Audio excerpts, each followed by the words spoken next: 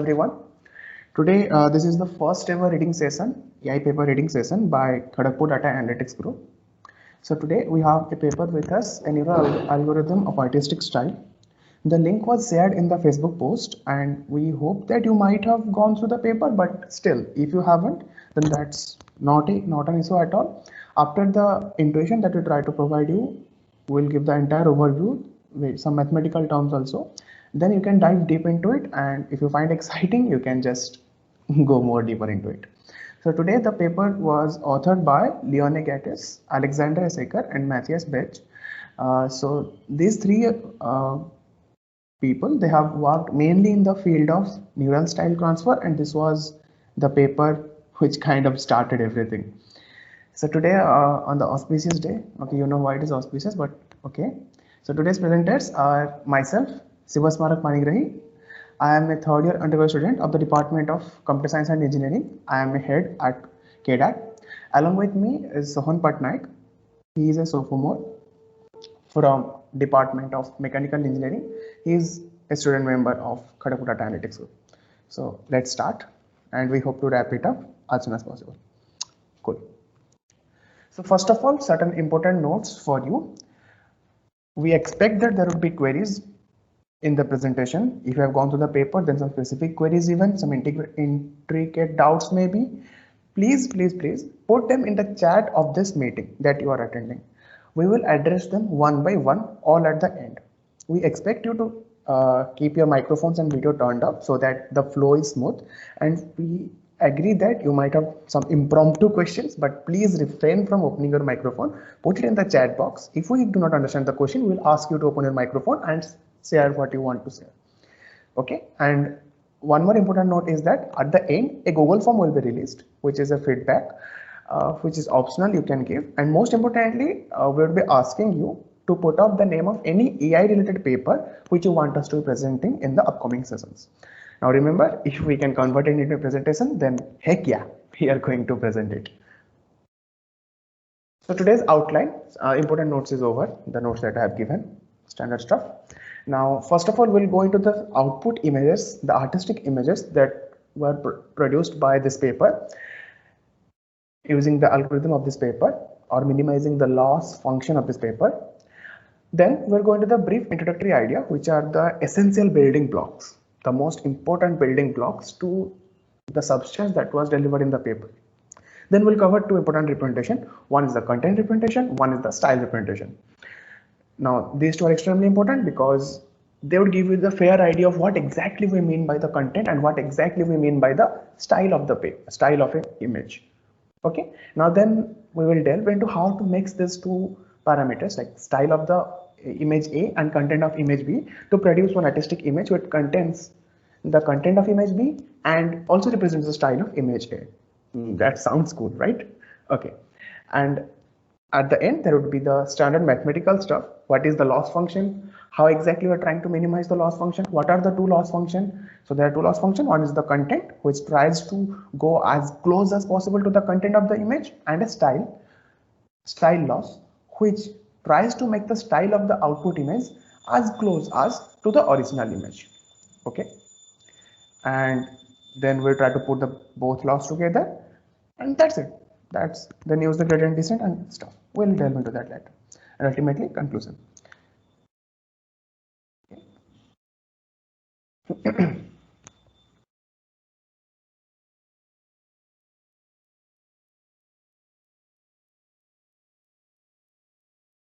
So Sohan, you might continue. Hi guys, this is Sohan. I will be accompanying Sibasmarak throughout this reading session. Well, it would be fascinating if you see the amazing results that this paper presents before the process that led to them. These depict that the content of one image is, here you can see that some artistic pictures which are indeed the results that this paper presents. These depict that the content of one image is mixed with the style of another to create such amazing pictures. Consider the image in the second row and the first column of the 6 pictures shown. You can see a small picture along with a large one, both bluish in shade. The smaller one is called the Starry Night, which is the style of the image, which was originally painted by Vincent van Gogh in 1889. Its texture is then imposed over the picture in the first row and first column, which is a photograph of the Neckarfront in Tübingen, Germany. This is more or less the idea of the whole paper, that is, it aims at the amalgamation of the style of one image with the content of the other. Now, let us begin with some introductory ideas. Well, you all must be familiar with convolutional neural networks. If you aren't, then don't worry. This will motivate you to go and have a look at CNNs. Briefly speaking, convolutional neural networks, or simply CNNs, are the type of neural networks that has yielded tremendous results in the field of computer vision. What we do here is that, suppose we have an image, we pass it to the neural network and get certain representations of the image, that then the computer uses to carry out different tasks. You may also note that the weights that get updated for this network are called filters. There have been many types of networks that carry out the task of object recognition. CNNs trained for object recognition develop certain representations that can capture information in the image along the processing hierarchy. What I mean to say by information is that where a certain object is present or what kind of object is present, and so on. Well, it is quite intuitive that as we go deeper in the network, we get representations of the image that capture the actual content of the image. By content, I mean to say that high level or spatial arrangement of the objects, rather than the exact pixel values, that is, whether this part of the image is blue or green or so on. Now, we too have representations in the shallow layers. It is quite obvious that we will have representations in the shallow layer. The texture information that we get from these representations is more or less the style of the image. Make sense? Yeah. Now let us get in the technicality of the paper. A feature is the most commonly used word in the world of machine learning and deep learning. Every machine learning or deep learning engineer or a researcher uses the term feature, right? So what does exactly a feature imply? Well, a feature is simply an individual measurable property or characteristic of a phenomenon being observed. In the context of CNN, we can say that the response of different image representations to the filters are nothing but feature maps, or simply features. These features propagate further into the network, and the process we commonly say it as forward propagation. Okay. Now, how do we represent these features? You should be familiar with matrices and vectors, right? So matrices and vectors are the tools that we use to represent these features.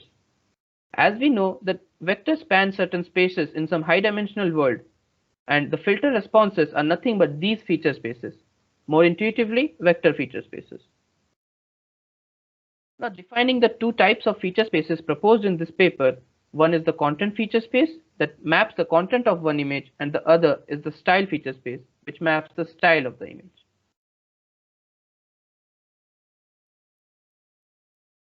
Okay.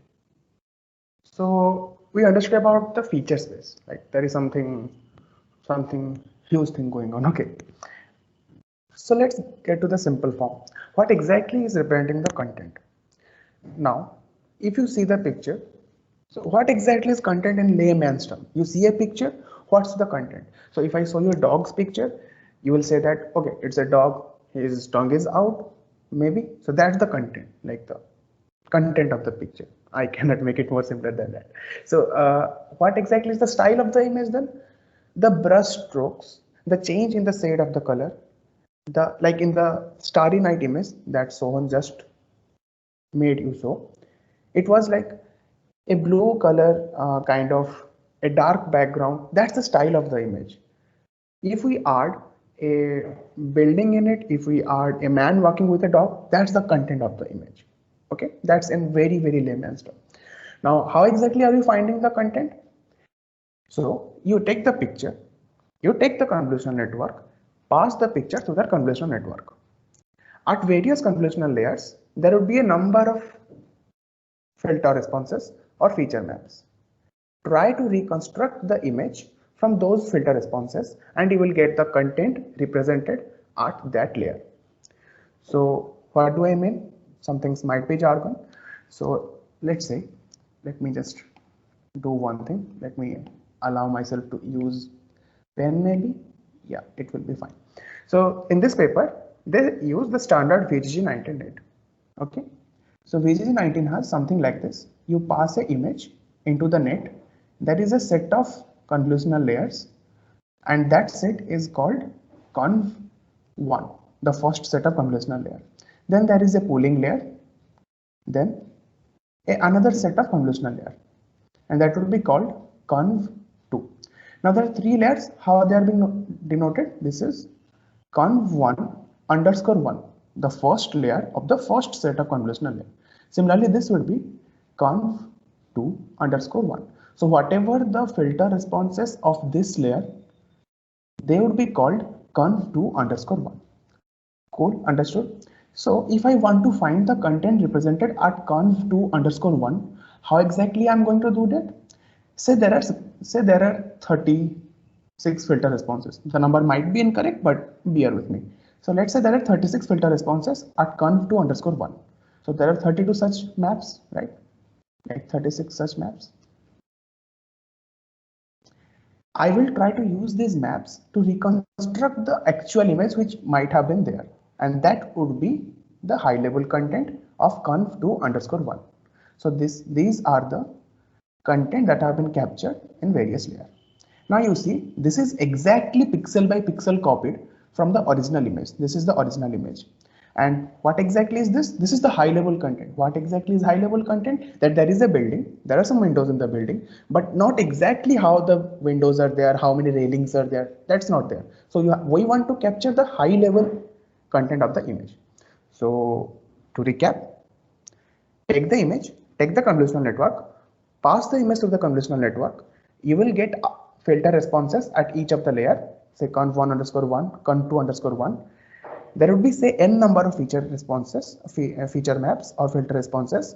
Try to reconstruct the image using them.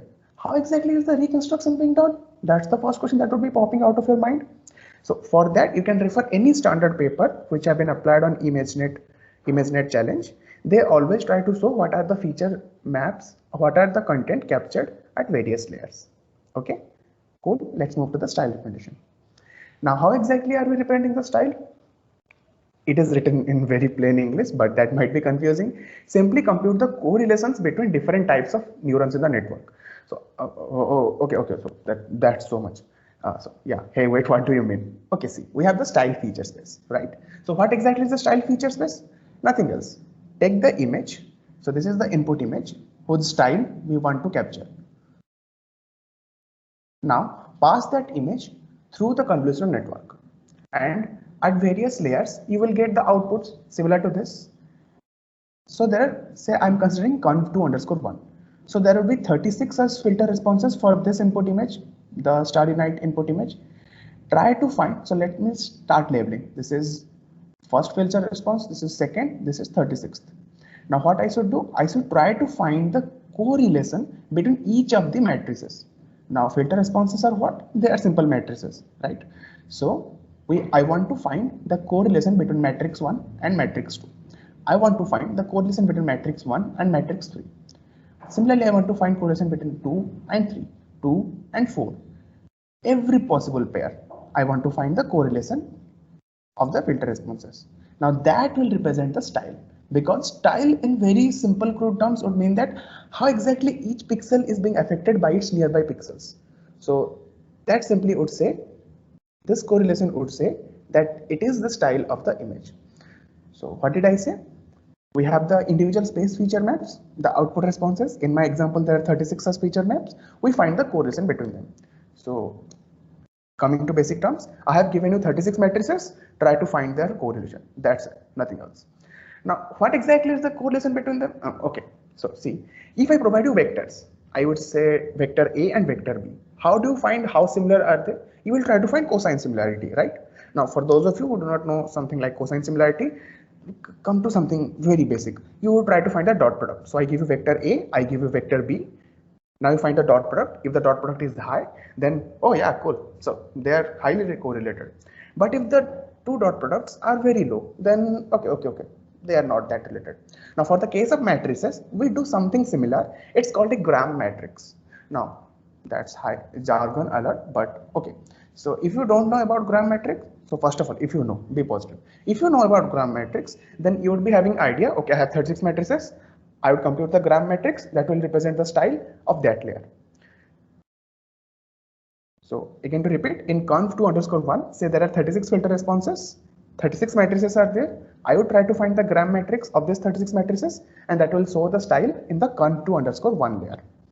Now, if you do not know about gram matrix, keep calm, have patience. We'll cover it in the style loss, how exactly we are computing the gram matrix. Now, Sohan.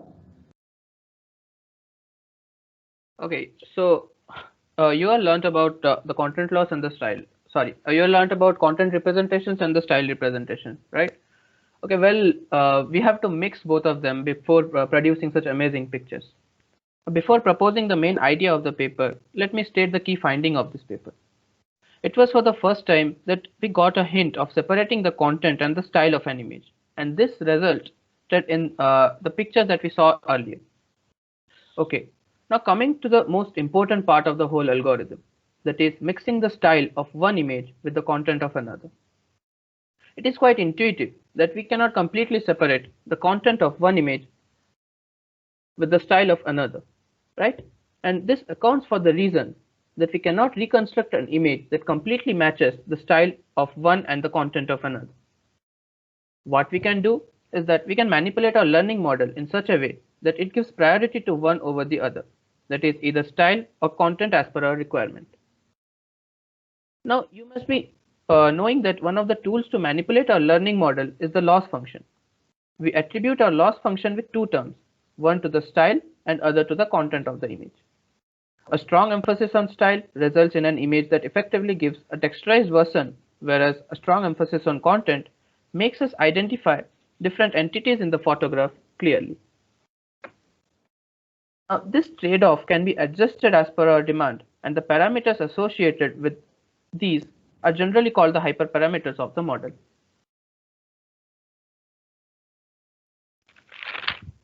Okay, let us analyze this with the following example. Consider different weightings given to the content and style. Suppose alpha is the weight given to content and beta is the weight given to style. Now, if the ratio alpha by beta is more, then content is given a higher priority and vice versa. Okay, now carefully observe the values written at the top of the picture. That is it visible? Yeah, I think it is visible clearly. I'm telling the values that are 10 to the power minus 5, 10 to the power minus 4, 10 to the power minus 3, and 10 to the power minus 2 from left to right. Okay, so these values are nothing but the alpha by beta ratio, which is indeed a measure of the amount of content or style that gets retained in the generated image.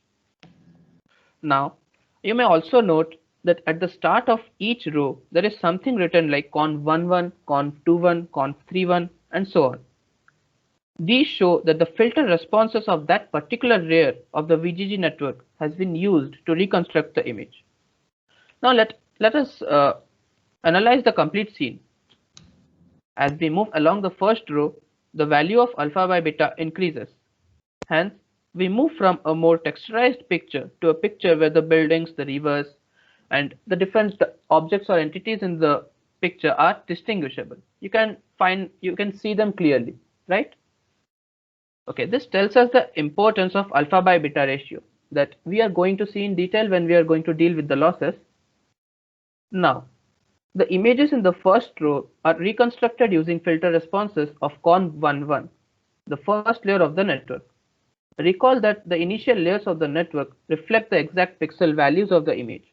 Therefore, we don't see any kind of distortions in the object, right?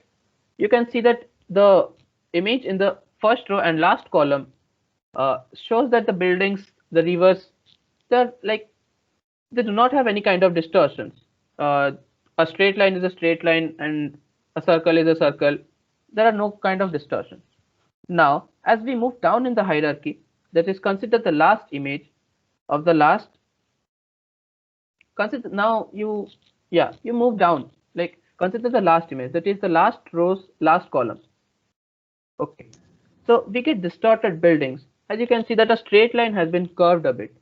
Okay, And this shows that the image has indeed, the representations has indeed captured the content rather than the exact pixel values. That it seems to have captured that there is a building here, but not exactly the shape of that building. Like here is a river, but not exactly the shape of the river. So that's it. It wraps up the analysis part. I think you might be clear about this analysis. Let's move on.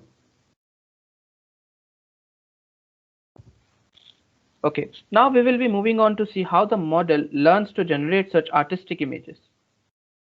We have previously mentioned too that the convolutional network architecture used is VGG19, a network that rivals human performance on object recognition tasks. Okay, cool. Before going to the notations, you should be clear that the filter responses are flattened for further mathematical manipulation.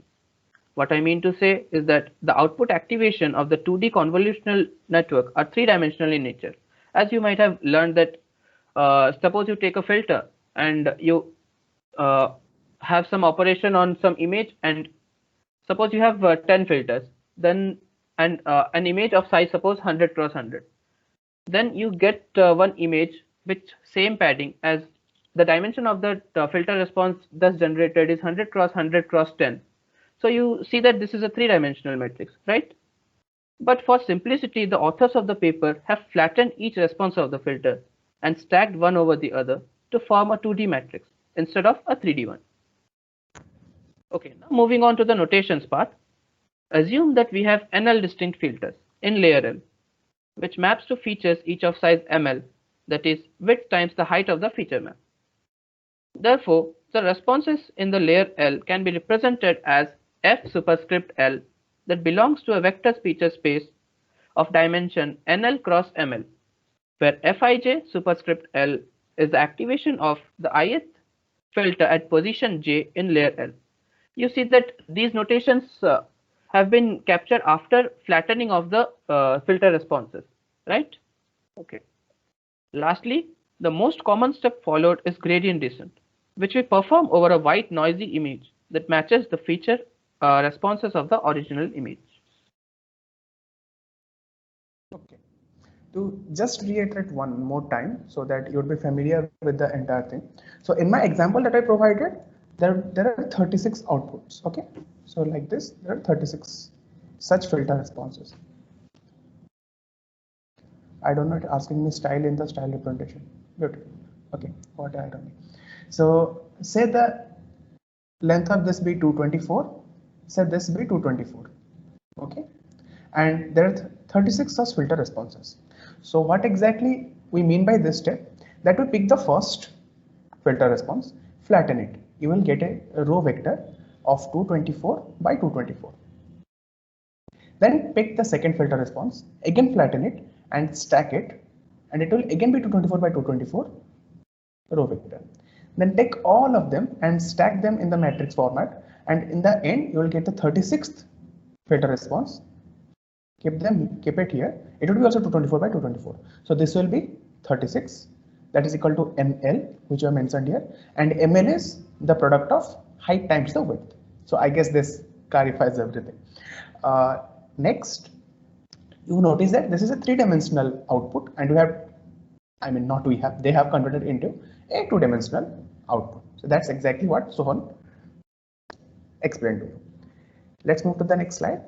Okay, now let's go to the content loss. How exactly we are trying to find the content loss? Pick a random white noise vector. Pick a random white noise vector, say that to be X. That is what we have, means what is X? X is going to be the output which you try to capture the content of image A and style of image B. That's our aim.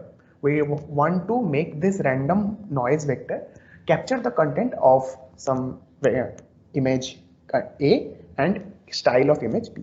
Okay. Now let's say P to be the original image whose content we want to capture. Now FL and PL, capital FL and capital PL, be the respective feature representation in layer. So what exactly I mean? So if someone says F conv 2 underscore 1 and P conv 2 underscore 1, this means that the outputs that we have obtained after flattening in the conv 2 underscore 1 layer as I have explained previously.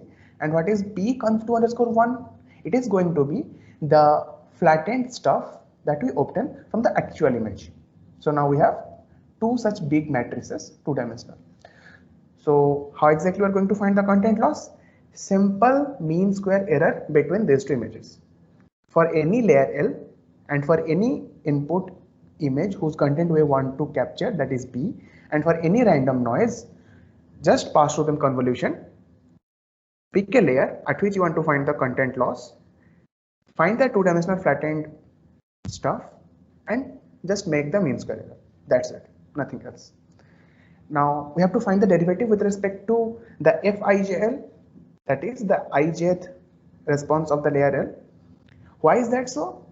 Because in gradient descent, if you remember, with respect to what do we find the derivative? It is the parameter, or it is the weight which we want to optimize. So here we want to optimize the content of layer L, each of the pixels that are represented by layer L. So what we will do? We will try to find the derivative with respect to that. Now it's simple matrix calculus. If you know, just you can understand very easily. If you don't know, close your eyes, we'll go to the next slide. Do not worry about that. So if you just for a tip, if you're wondering why 0 is there when Flij is less than 0, that's because the ReLU activation has been used. Simple. Now let's see the style loss. So now comes the gram matrix, the most anticipated stuff. So we have, so let me just show the points.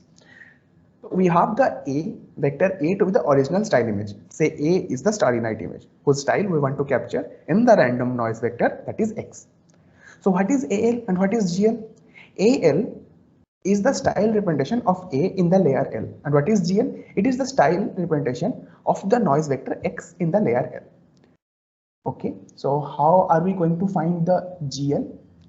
GL is going to be, say I want to find G conv 2 underscore 1. Now if you remember, in conv 2 underscore 1 we have 36 such responses, right, before flattening. So this is the filter response. Means we try to flatten it, then we'll obtain a big matrix. This is going to be 36. This is going to be 224 by 224. Cool. Now how exactly we're going to find the GL? So it is going to be summation FLIK FLJK over K. Now what do I mean by this? So for layer L, now L is going to be conv 1. So this is the flattened stuff. Pick the ith row, pick the jth row, find their corresponding products and sum them off. So you will pick the first row, pick the second row, do their element wise multiplication, sum them off. That's it. Next, pick the first row, pick the third row, find the element wise multiplication, sum them up. So do this for all the MC2 combinations: 1, 2, 1, 3, 136, 2, 3, 2, 4, 236. Similarly, continue till 35, 36. So sum the entire thing, you will get the style representation. Why is this? Why is this? Because if you remember how exactly we are capturing the style, we are finding the relationship, the correlation between the two filter responses. Now the filter responses have been flattened, that is they are basically the row. So the first row is the first filter response, the second row is the second filter response, and the 36th row is the 36th filter response. That's it. So here what exactly we are doing, we are trying to find their Hadamard product or the element wise product. Cool. That's how they are finding the correlation. Understood? Now if I would ask what is GL12, how will you find it? I will pick the first filter response, the second filter response, I will sum them up. Cool. Understood? Let's move to the next slide. So this is the exact expression that I have written there. Yeah, this is not a GL, this is GL ijth element. Okay, so I forgot to add that. So ijth element. So how exactly are we getting I and j if there is no I and j in the input? Sorry. Okay. Now, what is the contribution of the loss? Again, we have the ALIJ. How to find ALIJ? Again, similarly, we have the filter response of the original style image. Again, the similar correlation stuff we have to do. Take the filter response 1, filter response 2, Hadamard product or element wise product. Filter response 1, filter response 3, that element wise product. Sum them up. Again, how to find the style loss in the layer L? We have the GLIJ, we have the ALIJ. Just do the mean square error, simple standard stuff. And what is the total style loss?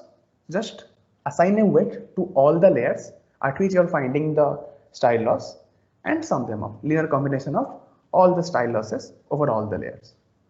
Now, this is some top level mathematics, not exactly. This is simple. We will try to give the intuition after the session ends because we are trying to wrap the session in a short time.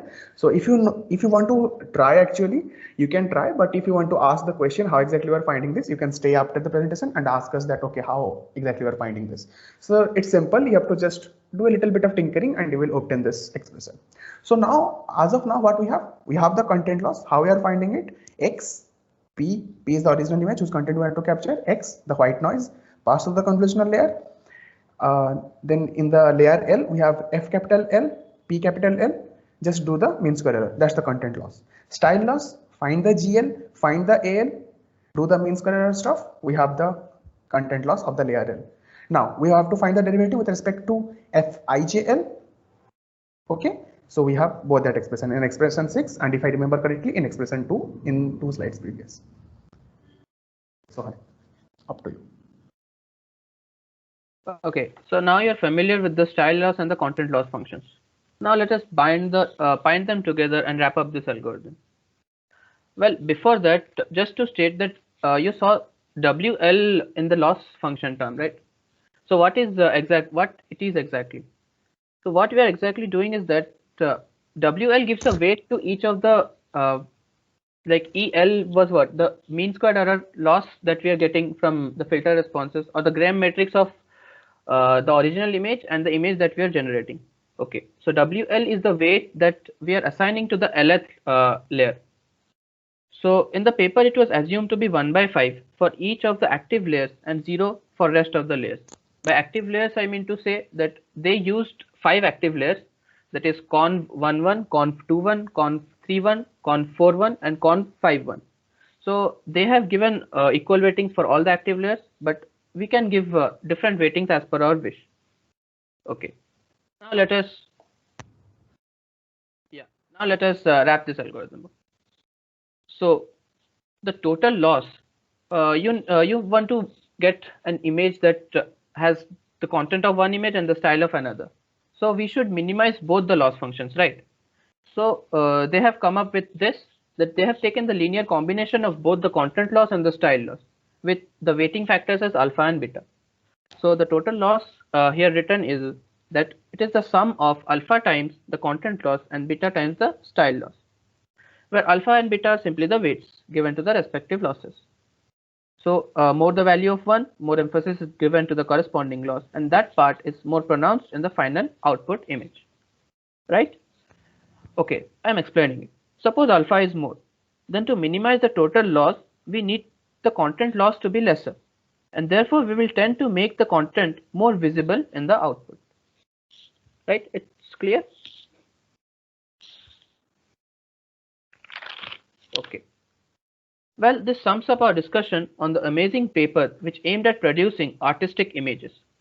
This work offered how neural representations can independently capture the content of an image and style in which it is presented. It also proposes an architecture on deep neural networks that can create artistic images of high perceptual quality. You may note that this was among the first papers on neural style transfer. Now, even more realistic style transfer architectures have been developed. If you are interested, then you may go through some recent research papers on style transfer. Lastly, it intuitively provides a way to ponder about how humans perceive and create artistic imagery.